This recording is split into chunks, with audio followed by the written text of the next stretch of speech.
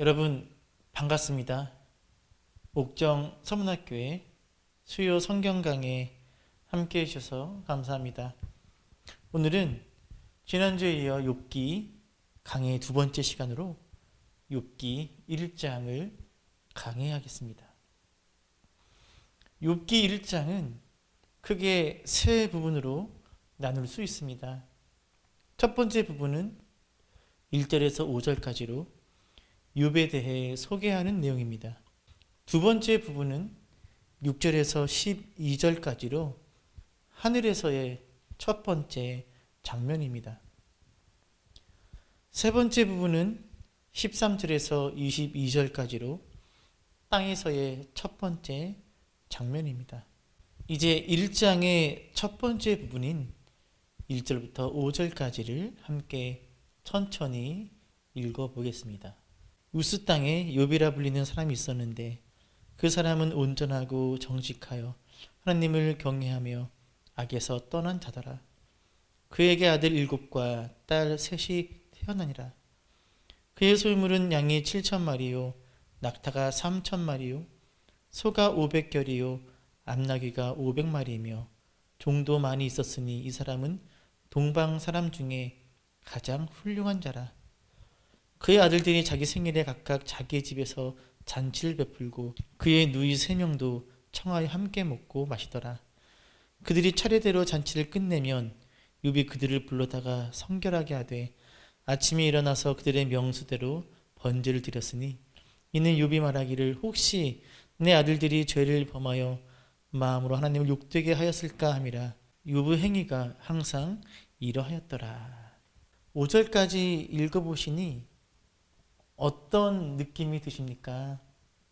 한마디로 욥이라는 사람은 참 대단한 사람이구나 라는 생각이 들게 됩니다. 1절에서 5절까지는 욥이라는 사람을 소개하고 있습니다. 욥에 대한 일종의 프로필이라 할 수 있습니다.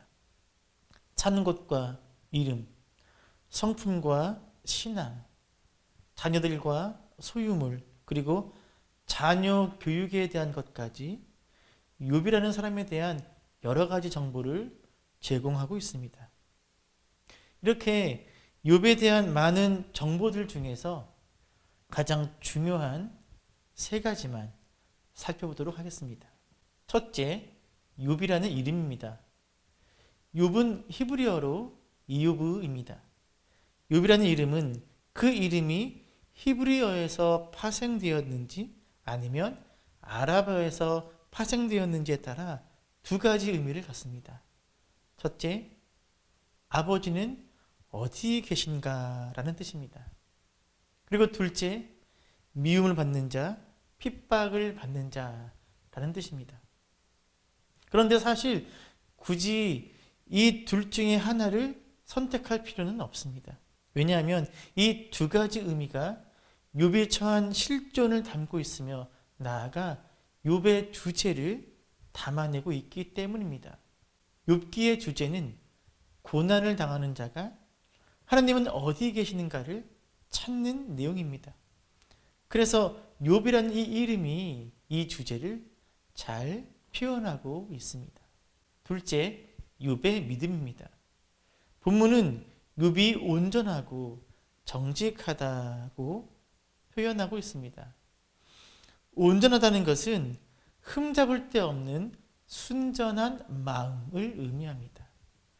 그리고 정직하다는 것은 하나님 앞에 그릇됨 없는 올바른 태도를 뜻합니다. 한마디로 욥은 눈에 보이지 않는 그 중심과 그 중심이 밖으로 드러나는 삶의 자세와 태도가 하나님 보시기에 온전한 믿음의 사람이었음을 알 수 있습니다. 셋째, 욥이 받은 축복입니다. 욥은 자녀의 복을 받았습니다. 아들이 7, 딸이 3, 합이 10명이나 됩니다. 그런데 이 자녀의 숫자에는 의미가 담겨 있습니다. 아들 7이라는 완전수 7과 딸 셋이라는 완전수 3을 합치면 완전수 10이 됩니다. 그래서 욥이 얻은 10명의 자녀는 더할 나위 없는 충만한 자녀의 복을 의미합니다. 욥이 받은 물질의 복 역시 마찬가지입니다. 욥이 소유한 양 7,000마리와 낙타 3,000마리를 합치면 1만 마리입니다. 그리고 소 500결이와 암나귀 500마리를 더하면 1천이 됩니다.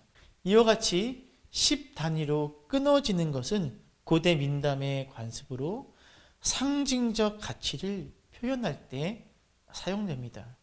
따라서 저자가 표현하고 있는 것은 욥은 소유에 있어서 부족함이 없는 사람이었다는 것입니다.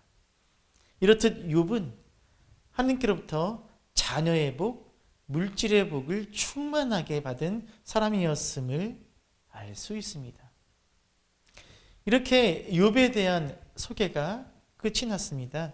이제 1장의 두 번째 부분인 6절에서 12절을 함께 읽어보겠습니다. 하루는 하나님의 아들들이 와서 여호와 앞에 섰고 사탄도 그들 가운데 온지라. 여호와께서 사탄에게 이르시되 내가 어디서 왔느냐? 사탄이 여호와께 대답하여 이르되 땅을 두루 돌아 여기저기 다녀왔나이다. 여호와께서 사탄에게 이르시되 내가 내 종 욥을 주의하여 보았느냐? 그와 같이 온전하고 정직하여 하나님을 경외하며 악에서 떠난다는 세상에 없느니라. 사탄이 여호와께 대답하여 이르되 욥이 어찌 까닭 없이 하나님을 경외하리이까? 주께서 그와 그의 집과 그의 모든 소유물을 울타리로 두르심 때문이 아니니까? 주께서 그의 손으로 하는 바를 복되게 하사 그의 소유물이 땅에 넘치게 하셨음이니이다. 이제 주의 손을 펴서 그의 모든 소유물을 치소서. 그리하시면 틀림없이 주를 향하여 욕하지 않겠나이까? 여호와께서 사탄에게 이르시되 내가 그의 소유물을 다 내 손에 맡기노라. 다만 그의 몸에는 내 손을 대지 말지니라. 사탄이 곧 여호와 앞에서 물러가니라. 1장의 두 번째 부분에서는 본문의 장면이 하늘로 바뀝니다. 그리고 하늘에 천상회의가 열리고 있음을 보여줍니다.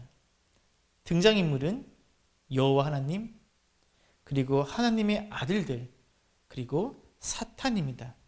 여기서 하나님의 아들들은 하나님의 천사들을 의미합니다. 그런데 잘 보시면 하나님께서 대화를 시작하시고 이끌어 가십니다. 하나님께서 사탄에게 물으십니다. 너가 어디서 왔느냐? 내 종 욥을 주의하여 보았느냐? 물으시며 욥의 온전한 믿음과 하나님을 향한 경건을 칭찬합니다. 그런데 욥에 대한 하나님의 이 칭찬이 사탄의 결정적인 질문을 이끌어냅니다. 바로 9절입니다. 욥이 어찌 까닭 없이 하나님을 경외하리까? 까닭 없이라고 번역된 히브리어 흰남은 이유 없이라고 해석하는 것이 더 쉽게 이해가 됩니다. 욥이 경건한 데는 다 이유가 있다는 것입니다. 사탄은 지금 하나님께 이렇게 말하고 있는 것입니다.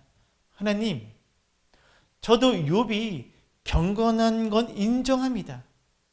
그런데 하나님은 욥이 정말 아무 이유 없이 하나님을 경외한다고 생각하십니까? 하나님, 너무 순진한 거 아니십니까? 욥이 아무런 보상도 기대하지 않고 이 모든 일을 행한다고 생각하십니까? 하나님, 욥은 결코 경건의 모범이 아닙니다. 하나님이 너무나 큰 부와 재물과 가정의 복을 주셨기 때문에 경건한 겁니다. 욥이 경건한 것은 당연합니다. 그 정도 큰 복을 받았으면 그 정도 경건해야 하는 건 당연한 것 아닙니까? 이것이 사탄의 물음입니다. 그리고 사탄은 하나님께 욥에게 주신 복을 거두어 보라고 이야기합니다. 11절입니다. 이제 주의 손을 펴서 그의 모든 소유물을 치소서. 그리하시면 틀림없이 주를 향하여 욕하지 않겠나이까. 사탄의 주장은 이러합니다. 하나님, 제 말을 못 믿으시겠다면 한번 욥의 소유물을 거두어 보십시오. 그러면 욥은 넘어질 겁니다. 당신 앞에서 당신을 저주할 겁니다. 고통이라는 실제 세계에서 욥과 같은 경건은 살아남을 수 없습니다. 바로 이것이 사탄의 주장입니다. 사탄은 욥의 믿음, 욥의 경건, 욥의 정직이 순수하지 않다고 말합니다. 우리는 앞에서 욥의 믿음과 욥이 받은 축복을 살펴보았습니다. 욥의 믿음은 온전했고 욥이 받은 축복은 충만했습니다. 그런데 중요한 것은 믿음과 복 이 둘 중에 무엇이 다른 하나를 이끄냐는 것입니다. 믿음이 복을 이끌고 가느냐, 아니면 복이 믿음을 이끌고 가느냐. 즉, 믿음 때문에 복을 받은 것이냐, 아니면 복 때문에 믿음을 지키는 것이냐. 사탄은 후자라는 것입니다. 욥은 자신이 받은 복 때문에 하나님을 향한 믿음과 경건을 지키는 것이라고 사탄은 주장합니다. 성도 여러분, 욥기의 주제는 왜 의인에게 고난이 있는가입니다. 하지만 좀 더 깊이 보면 왜 의인은 경건한가라는 것이 진정한 주제입니다. 욥은 왜 이토록 경건하고 정직할까요? 하나님에 대한 신앙이 목적일까요? 아니면 하나님으로부터 얻을 수 있는 그 무엇이 목적일까요? 그런데 하늘에서 제기된 이 질문은 하늘에서 대답이 주어지지 않습니다. 이에 대한 대답은 많은 고난을 통해 욥의 몸과 마음으로 대답하게 됩니다. 하나님은 욥에게 시험은 허락하시지만 그 시험은 제한적입니다. 12절이죠. 다만 그의 몸에는 내 손을 대지 말지니라. 하나님은 사단에게 욥을 시험하는 자유를 주시지만 한계를 정하십니다. 이를 통해 우리는 사단이 언제나 굴레에 갇혀 있는 대적자일 뿐임을 알 수 있습니다.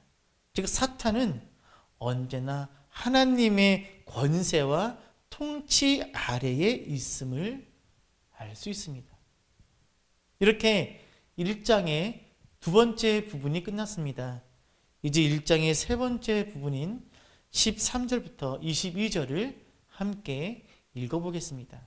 하루는 욥의 자녀들이 그 맏아들의 집에서 음식을 먹으며 포도주를 마실 때에 사환이 욥에게 와서 아뢰되 소는 밭을 갈고 나귀는 그 곁에서 풀을 먹는데 스바 사람이 갑자기 이르러 그것들을 빼앗고 칼로 종들을 죽였나이다.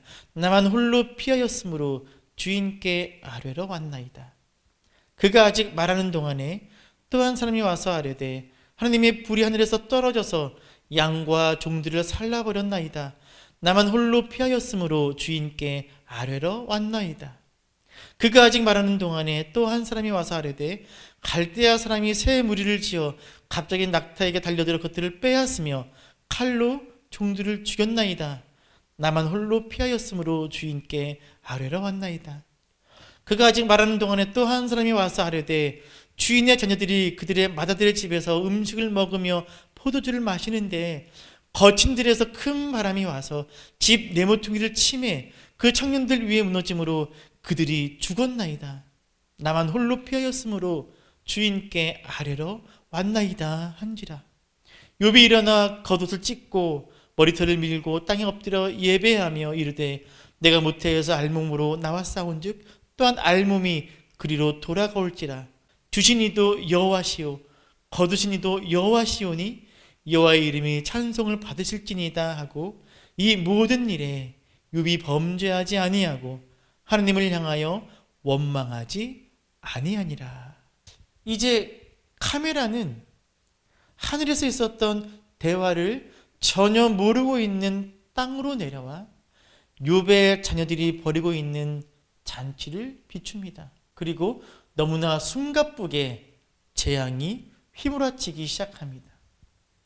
스바 사람들이 소와 나귀를 뺏고 종들을 죽입니다. 하늘에서 불이 내려와 양과 종들을 불살라버립니다. 갈대 사람들이 낙타를 빼앗고 종들을 죽입니다. 바람으로 집이 무너져 자녀들이 모두 죽고 맙니다. 갑작스럽게 찾아온 불행은 너무나 파괴적이고 사탄적입니다.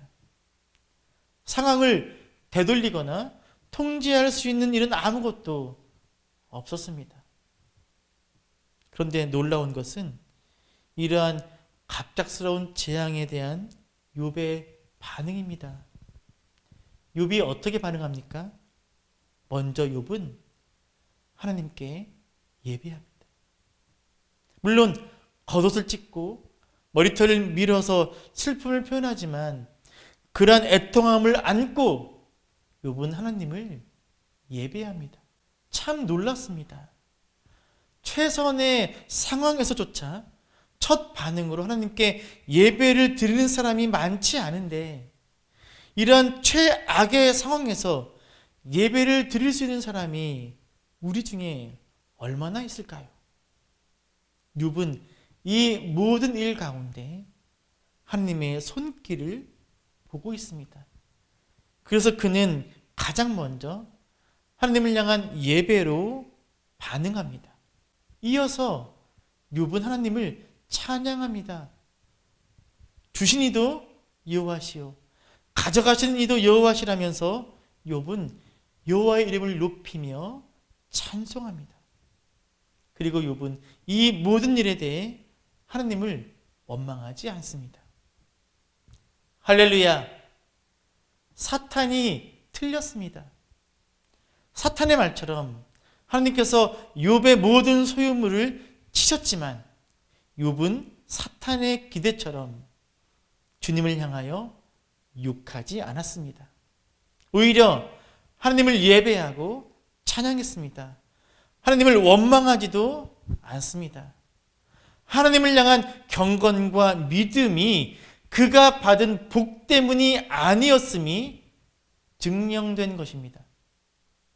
바로 여기서 욥의 이야기가 끝났으면 참 좋았겠지만 사탄은 그리 호락호락하지 않습니다. 사탄의 본질이 무엇입니까? 참소하는 자입니다. 하나님과 당신의 백성 사이를 이간질하고 멀어지게 하는 것이 사탄의 일입니다. 다음 주에 2장을 통해 살펴보겠지만 사탄은 하나님께서 욥을 치지 않으셨다며 욥의 살과 뼈를 치시면 틀림없이 하나님을 저주할 것이라며 더 큰 고난의 길로 욥을 휘몰아 갑니다. 이렇게 욥기 1장을 살펴보았습니다. 욥기 1장은 욥의 시련이 시작되는 것을 보여주고 있습니다. 욥은 이 땅에서 가장 큰 자의 자리에서 가장 낮은 자로 떨어지고 맙니다. 무엇보다 욥의 고통이 얼마나 컸을지 가늠이 되지 않습니다. 소중한 가축과 종을 잃은 것은 차치하고 생태 같은 자식을 모두 잃었으니 욥이 아버지로서 겪어야 했을 고통의 크기와 깊이는 쉽게 가늠이 되지 않습니다. 성도 여러분, 그런데 욥이 당하는 고난이 주는 진짜 고통은 다른 데 있습니다. 욥이 느끼는 진짜 고통은 자신이 당하는 고통의 이유, 고통의 의미를 모른다는 데 있습니다. 예를 들어 산모들은 아기를 출산할 때 자신의 온몸이 산산이 부서지는 것 같은 극심한 진통을 겪어야 합니다. 그런데 그러한 극심한 진통의 의미를 알기에 그 진통을 견딜 수 있습니다. 제 아내가 그랬습니다. 2번의 출산을 하면서 그 극심한 고통을 참아내는 것을 보면서 어머니로서의 아내를 존경하지 않을 수 없었습니다. 그런데 만일 그 극심한 진통이 무의미한 것이라면, 그 극심한 고통을 아무런 의미 없이 겪어야 하는 것이라면 어떻게 그 고통을 견딜 수 있겠습니까? 욥의 고난이 그러합니다. 욥이 겪은 고난은 욥으로서는 그 이유와 의미를 알 수 없는 고난이었습니다. 그런데 여러분, 저와 여러분의 삶에 이러한 고난이 없습니까? 아닙니다. 있습니다. 저와 여러분에게도 그 이유와 의미를 알 수 없는 고난이 분명히 있습니다. 그래서 저와 여러분은 오늘날의 욥이라 할 수 있습니다. 그래서 욥기는 세상의 수많은 욥들의 이야기라고 할 수 있습니다. 이렇게 욥기 1장은 욥기라는 성경 속의 욥만이 아닌 저와 여러분을 포함한 세상의 수많은 욥들에 대한 이야기임을 잊지 마시기를 바랍니다. 욥기 1장 강해를 마쳤습니다. 지금까지 옥정 서문학교의 욥기 강의 함께 해주셔서 감사합니다. 다음 주 수요일에 욥기 2장 강해로 찾아뵙겠습니다. 감사합니다. 나의 길 오직 그가 하시나니 나를 단련하신 후